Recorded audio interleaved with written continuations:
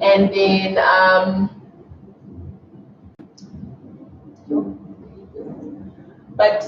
in today's session, as you all know, or why you're here, is that we're here to really discuss your business model, and if you have bulletproof that in terms of now that there's COVID-19 or any other pandemic that we might be hit in the next future or in the future. So it's just trying to figure out how to pivot fast enough, and after you pivot, is that a short-term pivot or is that a long-term pivot?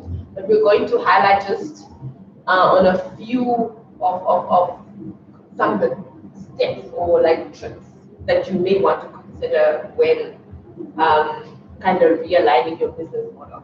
And then, as usual, we play it off or close it off with an interactive game where we just huddle you guys up and then really have you think about what you just learned in the real world.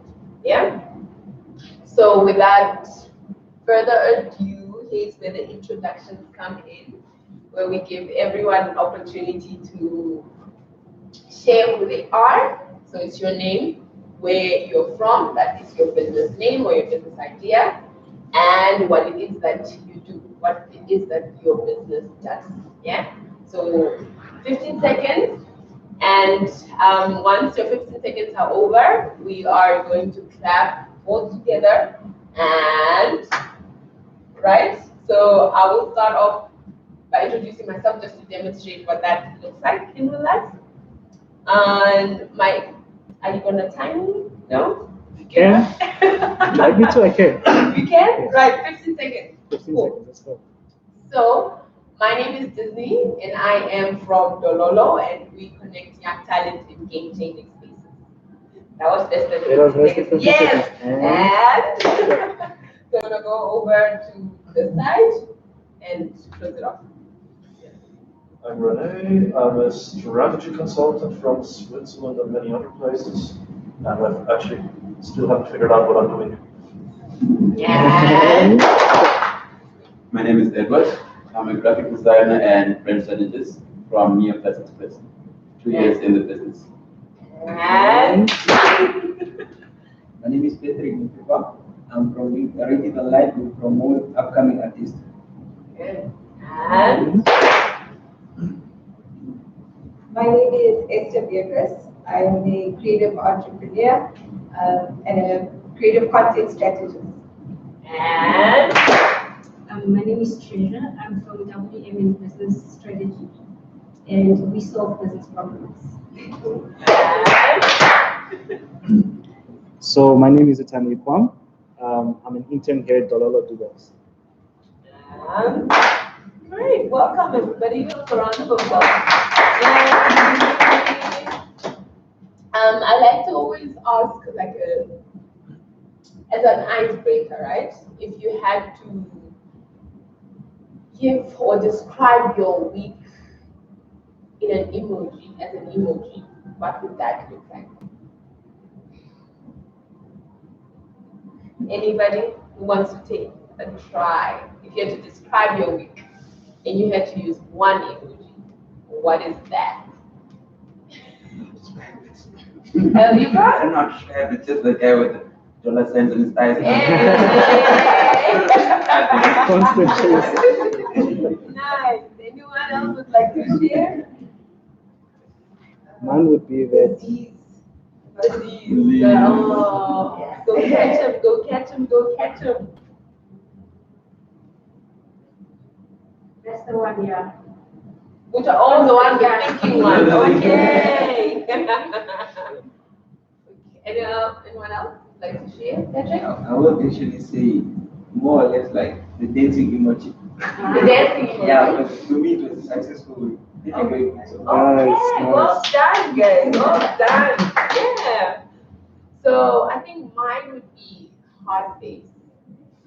Yeah. A lot of love, a lot of like, positive energy around me. So I'm just saying like, oh, like thank you so much, everybody. So that was my week. Rene, how was yours? confused face, like too many different things going on at the same time that I still have no idea where to place them. Where to place them? I mean, you're in Namibia. Yeah, that's what I'm figuring That's out. a great What does that even start. All right, all right. So we're gonna start it off. Usually we don't start it off with a couch session, but you know, for every session we'd like to switch it up most of the times. But for this one, we will start it off with the couch session. And what a couch session is that we always invite someone who has been running their business or their startup for as long as they can remember. Hello, please, welcome, please join us. Thank you. Yeah. So someone who has really been on the journey, who knows the tricks and trades, someone who has like an international platform, but not necessarily, because we also do invite our local champions here. But then we're fortunate enough to have Rene join us, Rene Fischer. And what we're going to do is have an interactive session where we get to ask questions. So feel free. I will start off with a couple of questions, you know, just to get the dialogue going. But for now, we're just going to ask you to introduce yourself once again and give us a little big background on who Rene Fischer is. All right. Where to start? Yeah, I'm Swiss originally. I like to change countries every 2 or 3 years, so I do that, which often means starting from pretty much zero, because you have no network, you have no idea where you are. I started off as a copywriter, became a creative director, which I did for quite a long time. Then figured out that creative directors always get shitty briefs, so you should actually go into strategy to fix that. So I became a strategic planner. And then we figured out that if you are on the agency side, you are always kind of a supplier, so you're not really respected. You're only supposed to fix these communication problems. But half the time you know that, guys, your problem is not communication.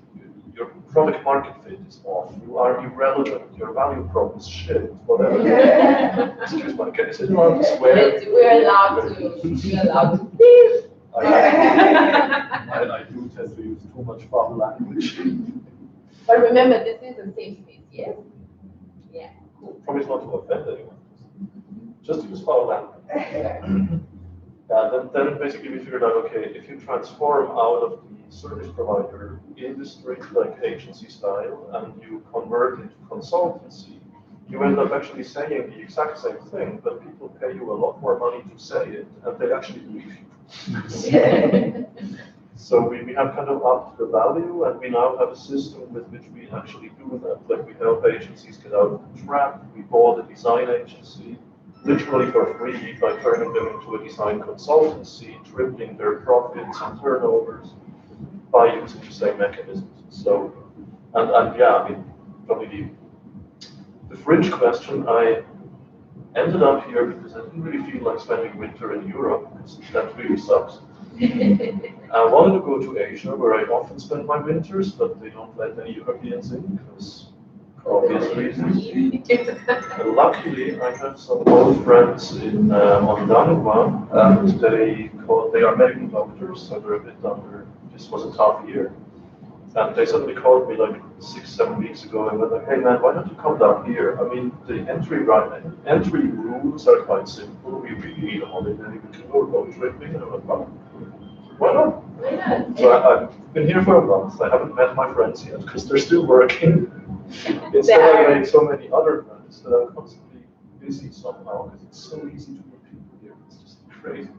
You walk into a bar with one person you know, and you come out with 10. 10 people. That's interesting. That's interesting. But then, if you had to describe who Rene is, like layman's term, to an 8-year-old, who are you really? What do you enjoy? What are some of your passions? There's only one thing I'm really good at, and it's connecting with people. So basically, discovery is all I'm really doing, and it fuels the strategy consultancy side, of course, because it means you understand people. Yeah. So for me, it's all basically travel, meet people, talk, listen, learn, understand different things. You quickly realize that all these differences between different countries and regions and cultures are very superficial, because at the end of the day, it's all the exact same. Yeah. And the more you've seen, the easier it is to see and understand that. And that really does strategy. Okay. I'm not sure what an 8-year-old can do with that. You'll be surprised. 8-year-olds are geniuses. They're smart. Okay, cool. So perhaps we could then dive into why we're here today, which is, but even before we do that, it's just when did you start and why did you start your entrepreneurial journey? I'm trying to change countries every few years. I'm a bit restless in that sense. And I always was. So basically, when I was like 15 or 16, I got really bored at school and figured I should take a year break and work somewhere to do something else. And was lucky enough to get into an innovation consultancy. And you can imagine how that looked. I mean, kind of a punk guy with long hair on one side, shaven on the other. Really? That was the look back in the day. Well, it was the 90s, right? Okay. And my boss was, or still a friend, he's an absolute genius who somehow really believed in me and sent me to actual client meetings, which usually means like you walk into that reception area and they're like, you're in the wrong place, get out of here. So I have a meeting with your boss. So that was a good learning opportunity, and yeah, then some advertising work. But the moment you really want to enjoy the freedom and the pressures of having like doing your own thing, you just have to get out of employment and do your own stuff and get the right people around you, build the network, find out with whom can you work, or where do you have these, say, enough trust to work together, but enough friction to learn from each other. Yeah. So yeah, I've had numerous companies, partly advertising agencies, one or two that I sold, one or two that I bankrupted. Wrong burning, right? Yeah. Don't always get it right. And currently, there is a strategy consultancy that we are running with two partners and friends. And the startup as well that I'm starting to run with another friend, which is about AR, basically. It's kind of a very Technical. funky thing. I just don't want to tell too much about it. No. Basically, it's kind of in the tourism sector related to historical sites, recreating them in AR, but doing it in a way how nobody else is capable of doing it, because we figured out some tech. Let's say if you bring the right technologies together that nobody puts together, you actually get something that is stunning. Right? We can't wait. Please do share links when it's up and running. So we can see if we can bring it here as well. That is definitely, since I'm here, we're actually looking into that. Okay, awesome. Because we still look for a test venue where we can actually install it at a very low cost for the client for just having the test case. Yeah. And we have one in mind, but it's very difficult to negotiate with these people. So we were thinking that since I'm here for the next couple of months, might as well. Well, let's hope that some of us in here could potentially join or consult. You never know. But that's good. I mean, one or two of my questions you already answered, because you're like, how has it been so far?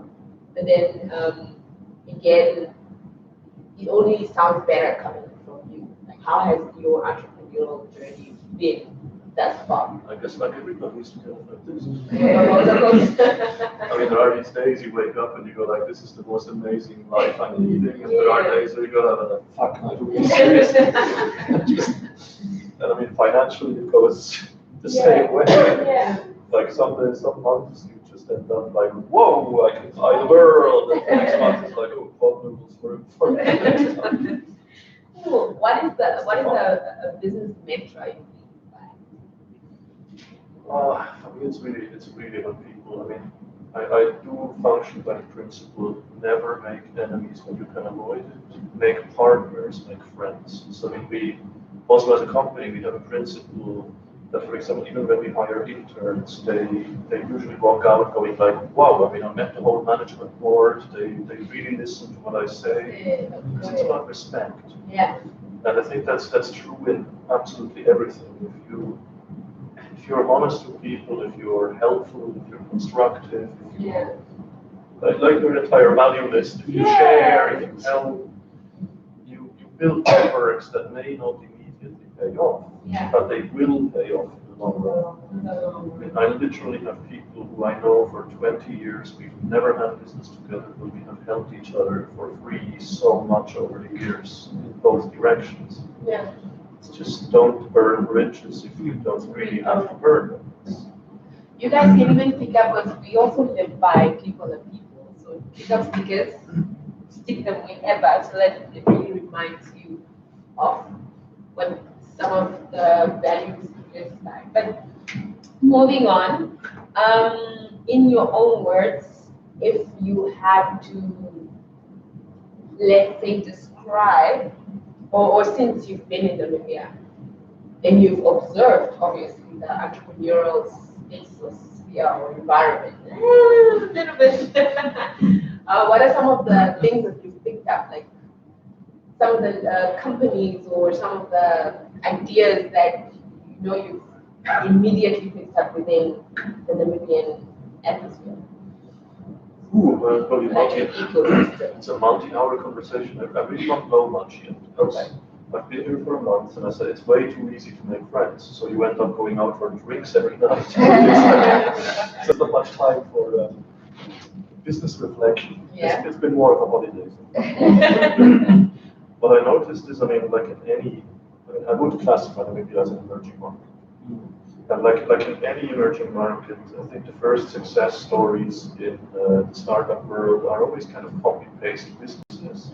But then the copy-paste has to be smart. It has to adapt to local setting. So for me, like Leffa is an example of that. Yeah. So I've used Uber, obviously. We have our own regional thing. I've used Grab in Asia. It's all the same idea, but it has these little twists. But in Grab in Asia, you can also go with motorbikes, which makes a lot of sense in Asian cities because it's way faster than the crazy traffic, and it's also cheaper. It's off bikes anyway. Yeah. Then with Leffa, for example, it's one of the things is in our taxi apps you cannot pay in cash. But obviously here you need to be able to pay in cash because probably not everybody has access to cards all the time. It's probably expensive fees.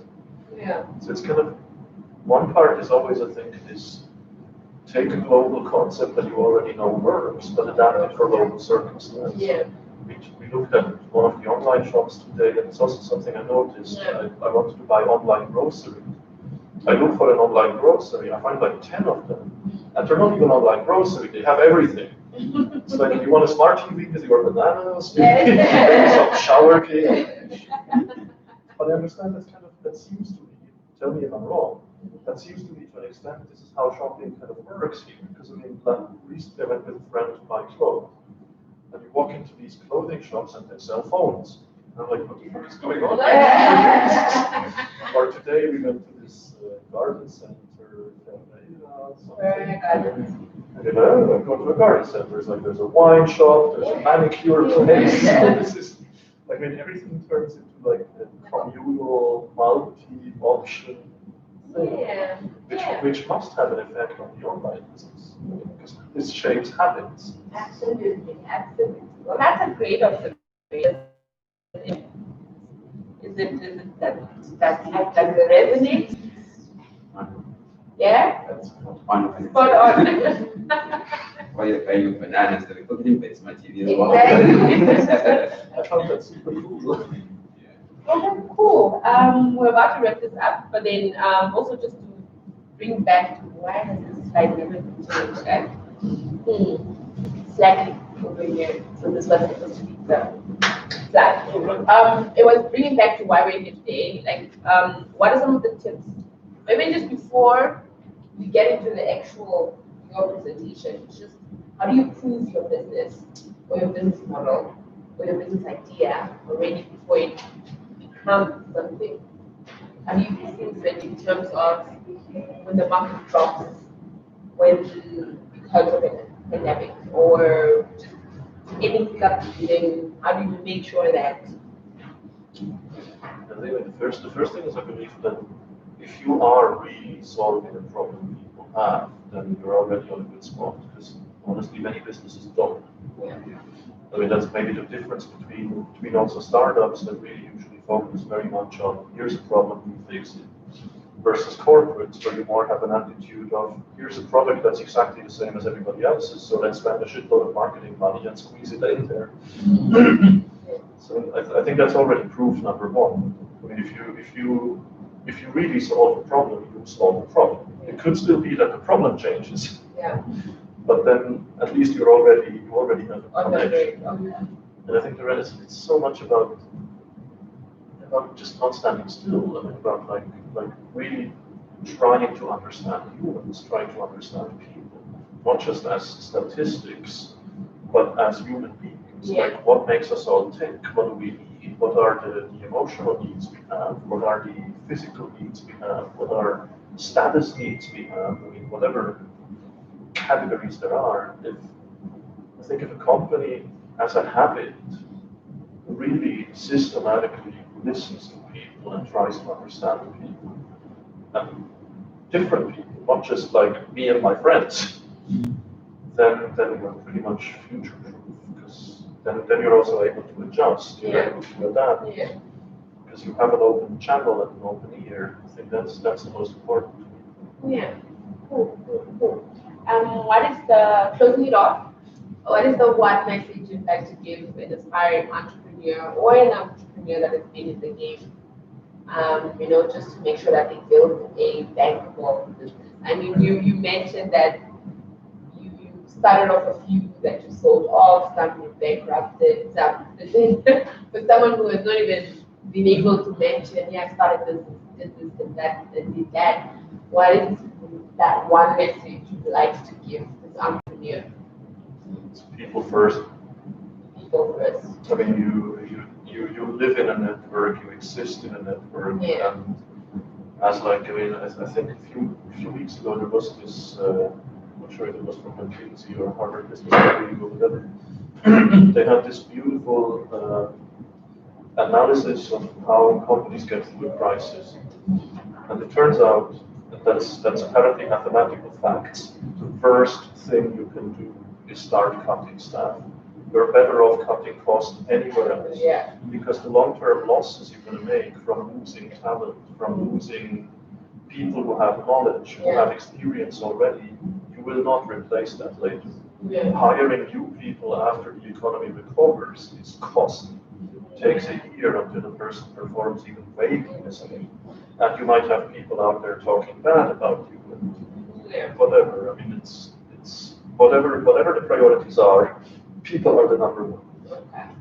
So at idea phase, it's getting that team on your side. In startups especially. In startups. I mean, I think from all the investors I know and speak with, it's like your business idea can be as amazing as it might be, but if the investors don't believe in the team that you put together, you're not going to invest. It's really a people's business at the end. Are you committed? Do you have the right mix of people, the right mix of knowledge? Even observing the dynamics in the team, like how do you work together, how do you feedback each other? If that's not there, business idea means nothing. So at the end of the day, people are people. What are some They're of good. Maybe we should pose the question and the floor, asking at what level you are in your business. Has it started? Maybe let's start with Edward. Where is it exactly? Oh, okay. It's been 2 years officially as a registered entity operating in your place. Okay. But before that, I was a graphic designer. So initially, I used to call myself a freelancer. But it's like, okay, it's a gig, check it out. So it's only one-to-one with the client and everything.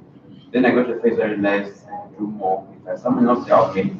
And people take it seriously if it's under a company name. So I just started saying, okay, I'm just doing graphic design, providing service. Then 2019, that's when I started to put the whole model together and I'm trying to figure out, besides just saying graphic design, what is the problem that is being solved by doing this?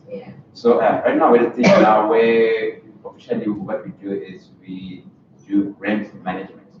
That's why in encompassing now we design for you your visuals, we advise you on what the market, how the market responds to your products. In any case, how best to market, what the best media to use, and how to get feedback from people. How to measure our return on an investment. Now, if you're going to say, I'm going to spend 10,000 on my marketing, how do you measure how effective that was? So right now we're still at a fine stage, but like he was mentioning, it's always up, down, experience and the financials part, everything. But yeah, we're at a point where we're trying to reset and at the same time broadening out to involve other sectors of IT as well. Okay, cool. Does anyone else want to share before we move on? I have power. Would you like to share where you are in terms of your business? I would say the implementing phase. Okay. I started my company in 2016. Okay. So the idea is constantly there, yes. But the ideas keep on changing. But then now I'm at the implementing stage where I need to put the idea into practice. Yeah, so it's kind of a challenge. Okay. Just having to believe in myself. There are days where I'm like, no, Driving. this will not work. No. I know I need this, but there are days like, will this work? Or should I take another route? Okay, cool. Who is wanting to find out? Awesome. Well, we're going to move on now, and we are going to touch on how to prove. Not even on how to prove, it's just some of the things you can kind of start picking up that you can practically use within either at your idea stage or at the phase where Edward is at. But we're going to give that over to Rene because we feel he has much more experience on how to kind of pivot sustainably so that it doesn't crash or you don't feel overwhelmed and it's something that you could use long term or short term. So I'm going to hand over to Rene. And yeah, are you ready? You'll have to show me which button. Oh, so it's just one of these arrows. Even I'm struggling with that. So whenever you're ready, I could always click for you if that's good. Maybe that even works better from this angle. Yeah. But even before, while he's trying to figure out Got it. the technology, what does a business model mean to you guys?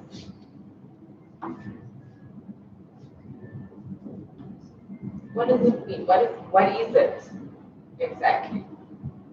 Who can try? No? You want to try that? Oh yeah, look at Okay, I would say I'm trying to think. Okay, generally from my perspective, it's basically how the business is structured, how it operates. Let me leave it at that, and then Okay, and then you get the cool. Yeah. Okay, cool.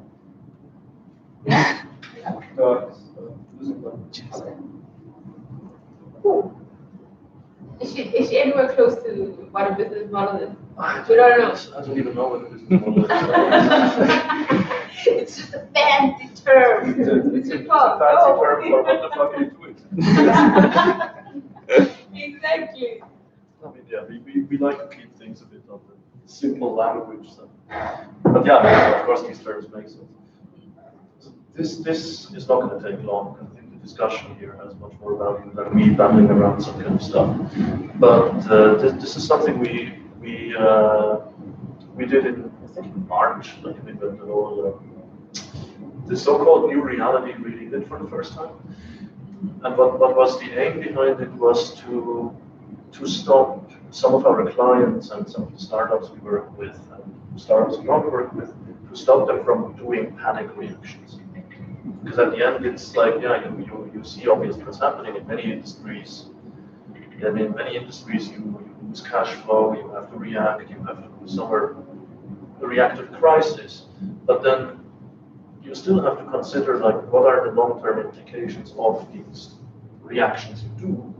Because there is a time after, and if your panic reaction presses the wrong buttons, you might as well have killed yourself a year from now. So that's kind of the how do we fire as many people as possible quick thing, which whoever it was, McKinsey or so, proved is a really bad idea. So we always try to put things into frameworks so that at the end there is one page that is basically like a decision guideline, something that helps to just analyze the situation, understand the situation better. So that's what we did here.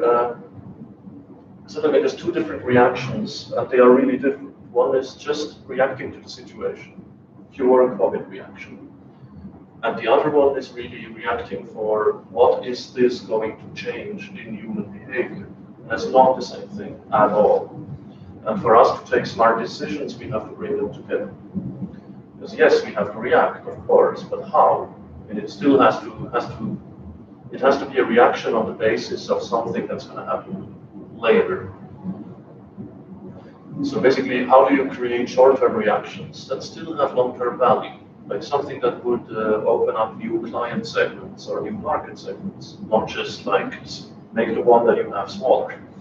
Or something that would expand your customer touch points, give additional access points, or something, maybe you have a new delivery method, or maybe you widen the product portfolio instead of just shrinking the whole business down. Maybe you just stop something for a while, start something else, but you might keep that later, and it has value for you. So this is the basis, and we put it into 3 criteria. Just basically, obviously, you prioritize actions that use the least resources. I mean, stuff you can do quick and without spending money. Because COVID crisis or any other crisis, you probably don't have money, at least not to spend freely. Prioritize existing customers over acquiring new ones, obviously, much cheaper. And indeed, how do you avoid just panicking? How do you create a situation where you can balance this short-term need with long-term interest? So we said there's basically 5 different scenarios in any crisis. I mean, one scenario would be people's need for your product or your service exists, has not changed. So in that sense, everything is good, but there are new risks or new barriers that people have to access your product or service. In COVID, for example, our food delivery app quickly switched to saying, yeah, we do contact-free delivery. We drop it in front of your door. We will never physically interact with it. Just to remove this barrier, because people were really, I mean, you don't let anyone into your apartment these days. It's like, this is my virus-free spot. You're not going to fucking ruin that. Or CityBee is these car rentals, like the cars that are parked all over the city, and you just unlock them on smartphone, and you pop in, and you drive somewhere, and you drop it off. Obviously, people don't feel comfortable with that, because you don't know who the last person was. So they switched to communicating a lot of hygiene measures, but also they switched from short-term rent to days or weeks. And then they take the cars back to a facility, clean them properly, and they go out again. Slight change of business model, but it has a long-term value, because if this works, you can actually continue doing this as a separate tier offer. Or I mean, the banks, in our case, where you pay a lot with the contactless card, no PIN code, no nothing.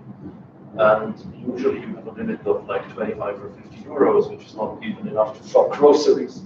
So the banks immediately upped those limits. I mean, it's all those little things that basically respond to what kind of new barriers or concerns or worries would people have? How can we reduce those? And how can we respond to, in this case, COVID case, to this need for safety? So essentially, if the need remains but new barriers emerge, all you really need to do is change the customer journey, change the customer experience. You don't have to touch anything else. If the need remains, but accessing your product or service is completely impossible, you have a slightly bigger issue at hand. An obvious case in this is restaurants. I mean, when in our case all the restaurants got closed, what are you going to do? So the restaurants switch to delivery or pickup modes. So I mean, you basically just change the channel of delivery. Or I mean, the culture live streams, they were not financially beneficial. official very much, but at least they kept something going that would otherwise have just disappeared completely. Formula One at some point ran e-sport races with the actual drivers controlling cars, which is pretty fun. It's a good PR gag. And yeah, it's just a different delivery. We had also, I mean, the real estate market was hit bad. I mean, you're not gonna check out an apartment. But for the first time, they finally started implementing these nice AR-based visualizations of apartments, like walk through the space as if you were there. So I mean, it's an innovation that's going to stay. Because why would I, let's say, if I'm already interested in a flat, yeah, I'm going to go see it. But if I'm still shopping around, why not just take a virtual tour? I don't have to waste my bloody day going to all these places. So basically, if the need is still there, but access is broken, then it's just a question, can we completely change the channel? Can we deliver the same thing we always deliver in a different way? If the need is gone, it's getting more tricky, because I mean, there's a lot of stuff that people just delayed their purchases and said, yeah, it's not a really good moment to spend this money on this thing, it's not important to me right now. Like, why would I buy cosmetics if I'm at home the whole day and nobody can see me? And I'd rather buy red wine. As one example.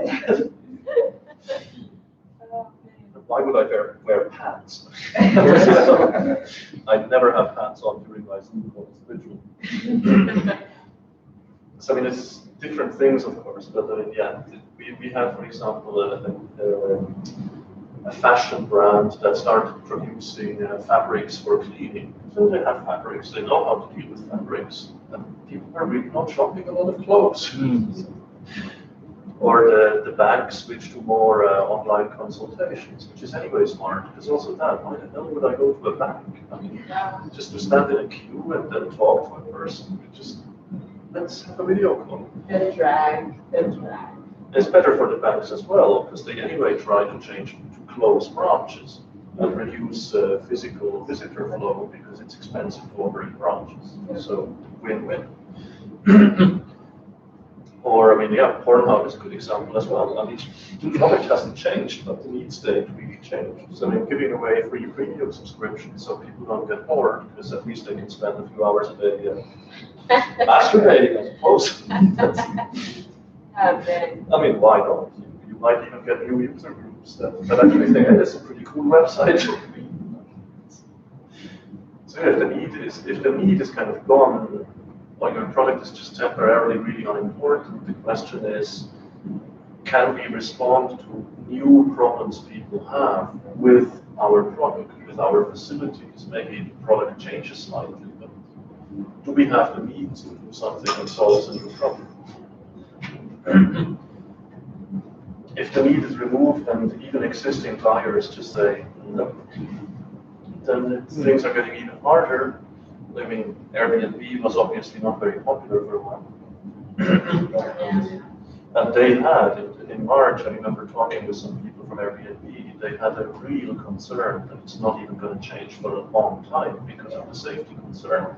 I mean, in a hotel, you probably rely that they have protocols in place, but a private person's apartment, they're really cleaning that stuff. So for a while, yeah, they started renting out places as quarantine apartments, which is actually cool. I mean, it's a 2-week time, and you know that then you believe that protocols are in place. Or frontliner apartments, like I mean, in many cities you had collapsing public transport or limited, like in the Philippines, public transport stopped completely. Yeah. Which just meant that the hospitals had a hard time operating because a nurse or even a doctor doesn't earn enough in the Philippines to use a taxi to go to work. And in Manila, you might face a 12-hour walk to get to your workplace. So Airbnb at some point started to do apartment swapping, and like, yeah, this person needs to live closer to the hospital for a while, so this person, it doesn't matter. So I mean, yeah, it's basically, is there any other group of people for whom my product would be relevant now?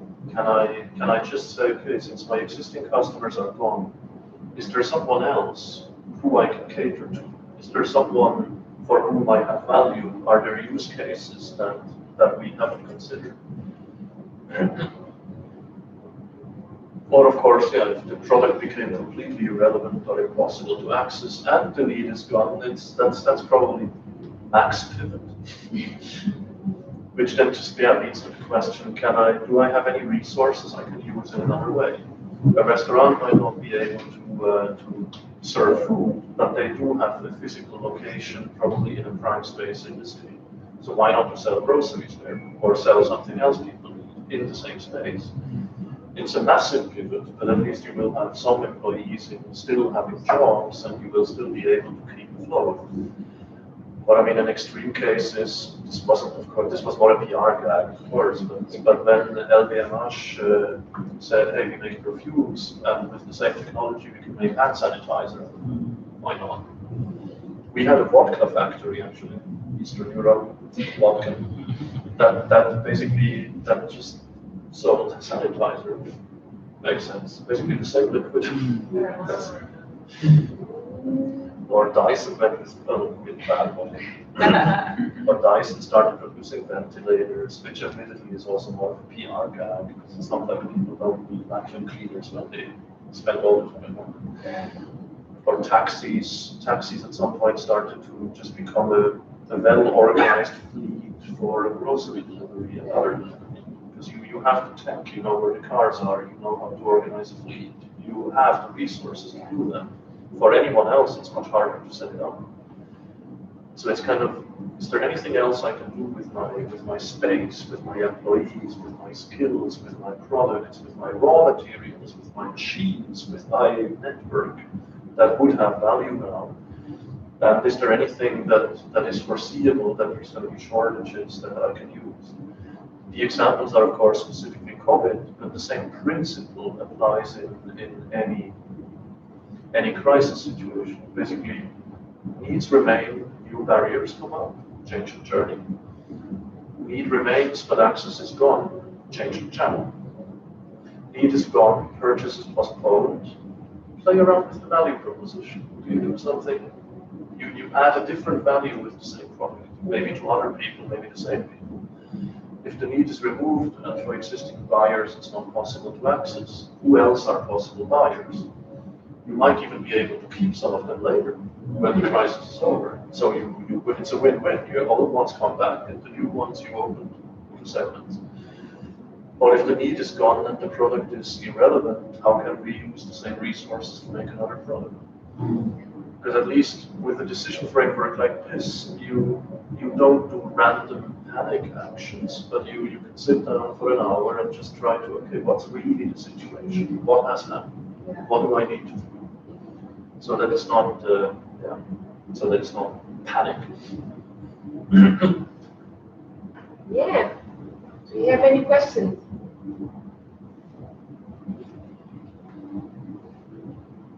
Good. Yeah.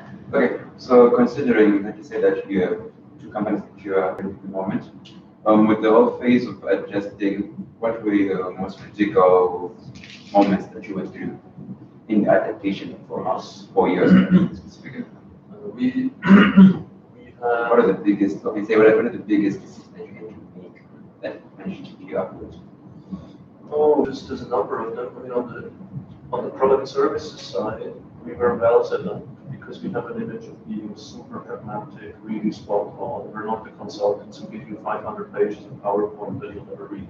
So our business actually grew during the crisis because I think when things get tough, any of our clients, be it startups or corporates or even the state, they really need somebody to deliver clarity to them. And so they came.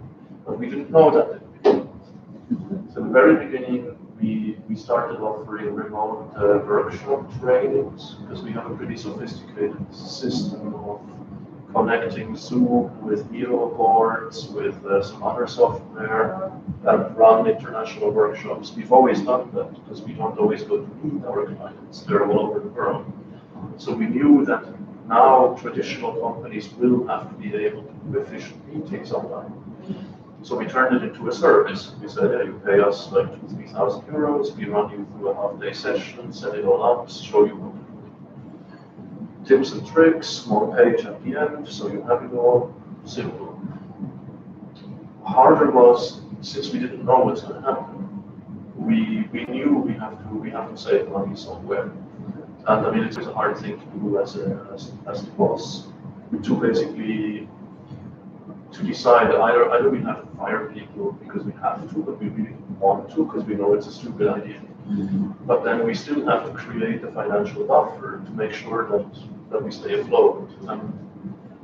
So what we did was we cut everybody's salaries by half for 2 months. As a precaution, I mean, we explained, of course, what's the purpose. Because at the end of the day, it's like, look, I mean, I would rather know that I can offer you your job safety until the end of the year, rather than pay you now and then might have to fire you in summer. We were lucky, nothing bad happened, but it's still, I mean, this is not it's not a nice thing to do. These are your friends as well. I mean, they're not just your employees, they're people you have loyalty to. And of course, we made exceptions. We said that if somebody has a problem with that, if it puts you in a hard spot, then we talk. If you have kids, for example, maybe half a salary is not enough. Maybe you need more. We'll balance it out. And yeah, things went okay for us. We have actually doubled in turnover this year, which is ridiculous. We must be doing something, right? We just don't always know what it is. Do you have any other questions? I mean, what were some of your thoughts, especially when you came to your business during this time? I mean, a lot of people did not realize the impact it would have until I remember our president going like, yeah, 2 weeks lockdown, nobody can move. Now, the first thing that came to my mind is I can snack at home. Yes.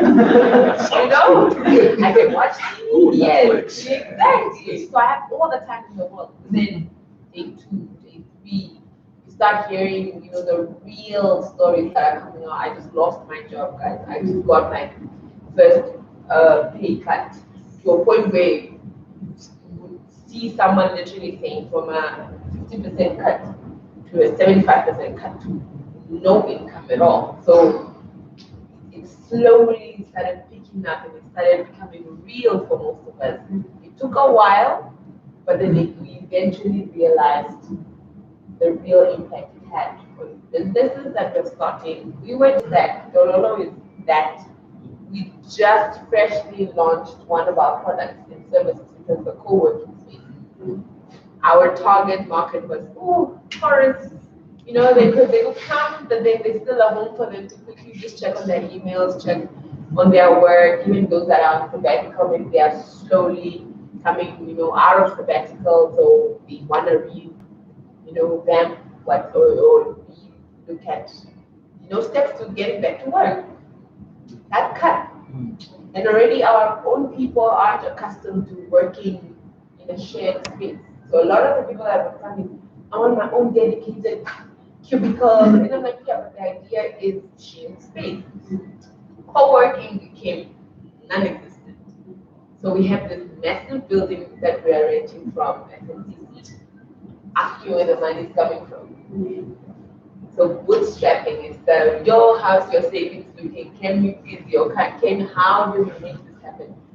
But then it's also because we do feel there was a need or we're really solving a problem that we identified. It's that kept us moving, that kept us, guys, we got this. How do we project? How do we pivot our business? How do we make sure that it's still functional? After the 2-week lockdown, we were like, okay, cool, we can allow 2-3 people. And weird enough, 2-3 people really lined up. And I'm like, okay, I can use it for this hour. After that, they go out, sanitize, clean it up, the whole regulations and protocols, you know, in place. So it was rough for the ones that were just starting off, you know, that were just taking the leap of faith. You know, we're doing this, guys, we're doing this. And it was rough for those that had been in business for so long and really just could not. But then this is why I keep saying it's people like yourself that kind of is that slight had I known this, this is probably what we would have set out as a team and figured out, okay, so let's assume this is our business, overall business, and this is our product and service or service that we're offering. If the need still remains, people still need to eat food, regardless. But now the president says you can't move around too much. Or even if you are to move, you're sending that one person. That one person in your family forgets half of the things on that list. You have no snacks. You know? If the need still remains, but the access is broken. These are some of the things that I wish I would have known, or a bunch of people could have known, so that this period transitions smoothly. So I appreciate this. I definitely learned a lot from this. I hope you all did too. But now, if we don't have any more questions, and of course, Rene is still around. He's still up for a drink or a cup of tea. If you still want to pick his brain, and just conversate and just pick his brain more as to, but exactly tell me how you did it, and not pay someone $1,000 to listen to them talk. Right? That's definitely so. I mean, I'm going to be here for a long time, so hit me up because I have some free time. So. I can't always just go out to drink. In between the drinking every time. That's awesome. So now we're going to play. What we're going to do is bulletproof a business or an idea. So we're going to throw you guys with some existing businesses in Namibia or some existing companies in Namibia. We thought the group would be large.